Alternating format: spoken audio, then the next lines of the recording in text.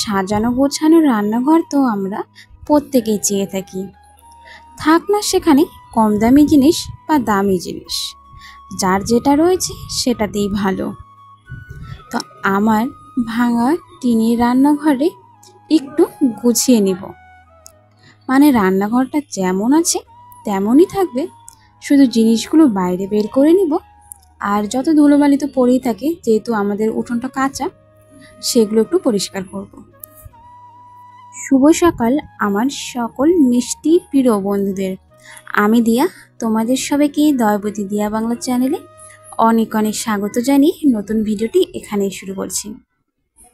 তো দেখতে পারলে রান্নাঘরের যত কৌটোকাটি ছিল সব তো বাইরে বের করে নিলাম। আর এইদিকে মিনি যেহেতু প্রথমে ওকে ভাত দিয়েছিলাম, কিন্তু জলটা দিতে ভুলে গিয়েছিলাম। আর এত গরম পড়েছে, ওর দিনে অনেক জল চাই, তাই সবসময় ওই বাটিতে জলটা ভরে রেখে দিই, যখন ওর খেতে ইচ্ছে হয় ও খেয়ে নেয়। এরপরে আবার চলে এলাম রান্নাঘরে। আর দেখো এখানে একটা মাচা রয়েছে বাঁশের, এর মধ্যে আমরা হাঁড়ি কড়াই যা যা রাখা সেইগুলো রাখি।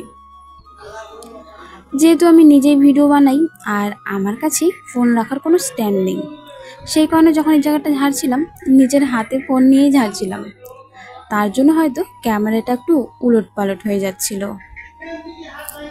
আর এইদিকে যেহেতু ঝাড়ু দিয়েছিলাম তো ধুলো পড়েছে। এখানে জানো তো আমি ভেবেছিলাম কি একটা প্লাস্টিক বা কোনো কাগজ এর মধ্যে পেতে দেবো এই বোর্ডটার উপরে, কিন্তু দেখলাম কোনো কাগজ পাচ্ছিলাম না খুঁজে। আর তার উপর আমার ভীষণ গরম লাগছিল, কোনো কিছু করতে ইচ্ছে হচ্ছিল না। কিন্তু যেহেতু আমি জিনিসগুলো বাইরে বের করেছি আর একবার ভেবেই নিয়েছিলাম রান্নাঘরটা পরিষ্কার করব, সেই কারণে আর কি পরিষ্কার করছিলাম। তো কাজ করছিলাম আর মাঝে মাঝে একটু বসে বসে রেস্ট নিচ্ছিলাম, কারণ একবারে সবগুলো কাজ আমি করতেই পারছিলাম না। এদিকে দেখো বেশিরভাগ কৌটার মধ্যে না জিনিস আছে, সেই জন্য আমি শুধুমাত্র ওপর থেকেই পরিষ্কার করে নিচ্ছি, যে ধুলোগুলো পড়েছে সেগুলো। আর ভেতর থেকে জিনিস থাকার কারণে ভেতরটা আর পরিষ্কার করা হলো না।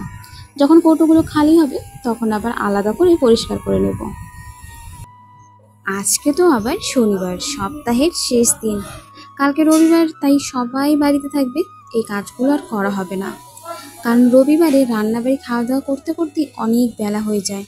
আর সবাই বাড়িতে থাকার কারণে এই দেখো সব জিনিস আমি কেমন এদিক ওদিক করে নিয়ে কাজগুলো করছি, সেগুলো তাই রবিবারের দিন করা যায় না। আর এদিকে দেখো চিনির কৌটো, তারপর লবণ, চা পাতা, সেই কৌটোগুলো বড় কৌটোগুলো এদিকে এনেছিলাম। তার সাথে ঝুড়ি নিয়ে এসেছিলাম, যেমন বাসন রাখার ঝুড়িটা ছিল, তার সাথে ছিল সবজির ঝুড়ি। সব কিছু আজকে পরিষ্কার করছিলাম। আর তোমরা যদি ভিডিওতে একটা লাইক না করো তাহলে কিন্তু আমার খুবই খারাপ লাগবে, কারণ অনেক খাটনি করে তো ভিডিওগুলো বানাই, আর সেটা কিন্তু শুধুমাত্রই তোমাদের জন্য, যাতে তোমাদের ভালো লাগে। তাহলে তো কমেন্ট করে তো অবশ্যই জানাতে পারো ভিডিওগুলো তোমাদের কেমন লাগছে। ভালো লাগলেও সাথে খারাপ লাগলেও দুটোই তো জানতে হবে, তাই না? যেই জিনিসগুলো খারাপ আছে সেগুলো ঠিক করতে হবে, আর যেগুলো ভালো সেগুলো আরও একটু ভালো করতে হবে। এইদিকে তো সবজির কৌটোটা পরিষ্কার হলো। এবার মশলার কৌটোটা, ওপর দিকে যেন ধুলো পড়ে গিয়েছে কিন্তু ভেতরটা পরিষ্কার আছে, সেই জন্য ওপরটা পরিষ্কার করে নিলাম। আর এই রুটি চাটনিটা দেখতে পাচ্ছ যে এটা 2 দিন আগে রুটি বানানো হয়েছিল, কিন্তু আমি ধ্যানই দিইনি যে এটা ধোয়া হয়নি। তো আজকে যখন সব কিছু বের করছিলাম তখন দেখি এগুলো তো ময়লা হয়ে রয়েছে। দেখো তো অনেক সময় হয় কি কাজের চাপে ভুলেই যাই কোন কোন কাজ বাকি রয়েছে। মোটামুটি সব জিনিস আমার ধোয়া পরিষ্কার হয়ে গেছে, এখন শুধু রান্নাঘরটা ঝাড়ু দিলে সব কিছু কমপ্লিট। এরপরে আমি তোমাদের দেখাচ্ছি আমার রান্নাঘরটা কেমন লাগছে দেখতে। এখন শুধু জিনিসগুলো একবার গুছিয়ে নেওয়ার পালা। বেশিরভাগ কিন্তু আমার যেগুলো ধুয়েছিলাম সবই শুকিয়ে গিয়েছে, কারণ বাইরে অনেক রোদ ছিল আর আমি রোদ্রের মধ্যেই সব কিছু দিয়ে রেখেছিলাম। চলো তাহলে বন্ধুরা, আজকের জন্য এতটাই। তোমাদের সাথে দেখা হবে নতুন একটি ভিডিও নিয়ে।